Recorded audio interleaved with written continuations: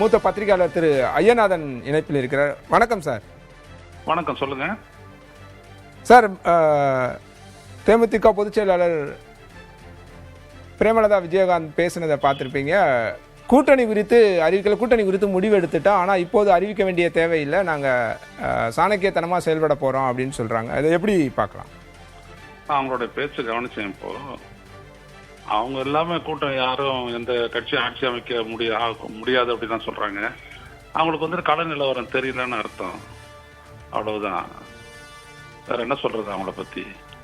வெற்றியை தீர்மானிக்கும் கட்சியா தேமுதிக இருக்கும், தேமுதிக இல்லாம யாரும் வெற்றி பெற முடியாது அப்படின்ற அந்த காலகட்டம் வந்துட்டு விஜயகாந்த் இருக்கும் போதே முடிஞ்சு போச்சுங்க. அதெல்லாம் 2009 2011 இவங்க கூட்டணிக்கு போனாங்க. 2014 இவங்க தலைமையிலான கூட்டணி வந்துட்டு நாடாளுமன்ற தேர்தலில் அடிபட்டுச்சு.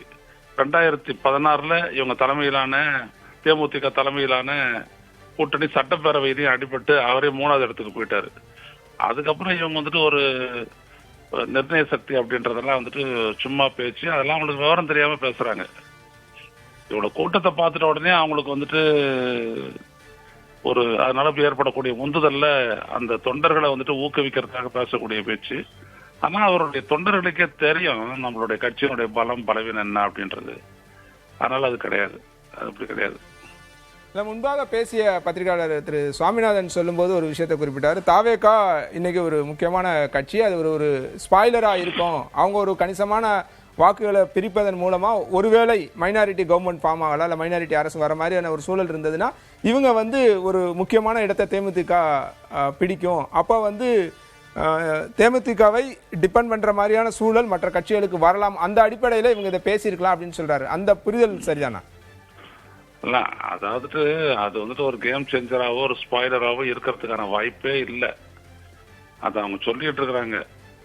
அந்த அளவுக்கான ஒரு ஸ்ட்ரென்த் இருக்கிறதா வந்துட்டு அதில் முடிஞ்சு போச்சுன்ற. நான் 2016 தேர்தலே வந்துட்டு விஜயகாந்த் 3வது இடத்துக்கு போனாரு. அவர் யாரை ஸ்பாயில் பண்ணாரு? அவரே அவருடைய கட்சியை ஸ்பாயில் பண்ணிக்கிட்டாரு, அவ்வளவுதான். அந்த ஒரு கட்சி வந்துட்டு விரிவான ஒரு மக்கள் கட்சி அது மலரவே இல்லை. அது மலரக்கூடிய அந்த தருணத்துலதான் அவங்க 2011 அஇஅதிமுகவோட கூட்டணிக்கு போனாங்க. அதற்கு பிறகு அந்த கட்சி அப்படியே ஒரு வீழ்ச்சிக்கு வந்துச்சு. அதனாலதான் 14, 16 2 தேர்தலை நான் சொன்னேன். அதுக்கப்புறம் 19 போன்ற தேர்தல்கள் எல்லாம் பாத்தீங்கன்னா அவங்க தனிச்சு நின்று சாதிச்சது ஒண்ணுமே கிடையாது. அதையும் விட இவ நடந்து முடிந்த தேர்தலில் வந்துட்டு விஜய பிரபாகரன் விருதுநகர்ல வாங்கினது தவிர மற்றபடி வேற எந்த தொகுதியிலையும் வந்துட்டு அவங்களால வந்துட்டு ஒரு பெரிய வாக்கு சக்தியா அவங்கள நிரூபிச்சுக்க முடியல. அங்க மட்டும்தான் 2வது இடத்துக்கு வந்தாரு விஜய பிரபாகரன், அவ்வளவுதான். மற்றபடி நீங்க பாத்தீங்க அப்படின்னம்னா அந்த கட்சியினுடைய செல்வாக்கு மக்கள் மத்தியில அப்படி ஒன்றும் ஒரு பெருசா இருக்கிறதுக்கு எந்த அத்தாட்சியுமே இல்லை. இந்த மாதிரி திரு விஜயகாந்த் அவர்கள் மீது கொண்ட அந்த அபிமானத்தின் காரணமா அவருடைய ரசிகர்கள் மிகப்பெரிய அளவுக்கு திரண்டாங்க, அது உண்மை. ஆனா அதையே வச்சுக்கிட்டு நம்ம வந்துட்டு இந்த கட்சி தான் நிர்ணயிக்க போகுது அப்படின்லாம் இவங்க சொல்றதெல்லாம் வந்துட்டு நம்பக்கூடியதல்ல. கள நிலவரம் அப்படி இல்லை. இப்ப தேமுதிக யாரோட கூட்டணி அமைச்சா சரியா இருக்கும் அப்படின்னு புரிஞ்சுக்கலாம் இப்ப இருக்க சூழல்ல. ஒருவேளை அவங்களுடைய பெனிஃபிட்டுக்காக தான் அவங்க கூட்டணிக்கு வரணும்.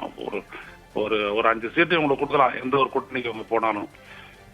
இல்ல, நான் இது எப்படி கேட்கிறேன்னா அதிமுக திமுக யாரு அவங்கள அரவணைச்சுக்கிறாங்களோ யாருக்கு அது சாதகமா இருக்கும் பாதகமா இருக்கும்?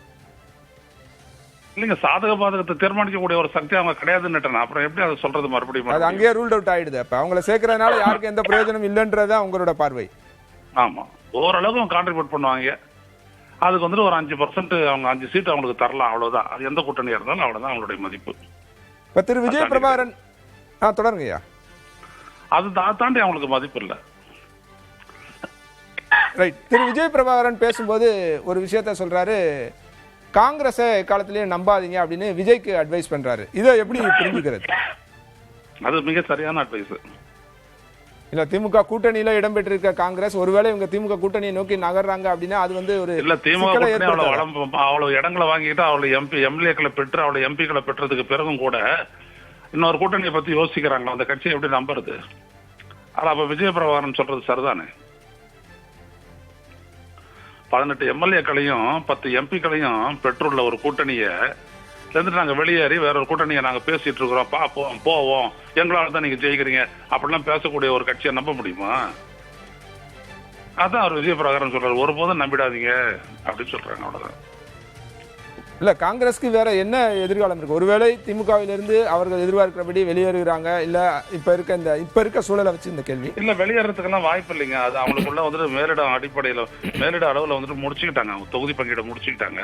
அந்த நம்பர் கூடிய சீக்கிரம் வெளில வரும். அதனால இதெல்லாம் இப்ப வெளியில இவங்க சிலர் பேசிட்டு இருக்கிறாங்க, அவ்வளவுதான். அதை தாண்டி வேற ஒண்ணும் கிடையாது. நன்றி திரு ஐயனார். நன்றி, மிக்க நன்றி.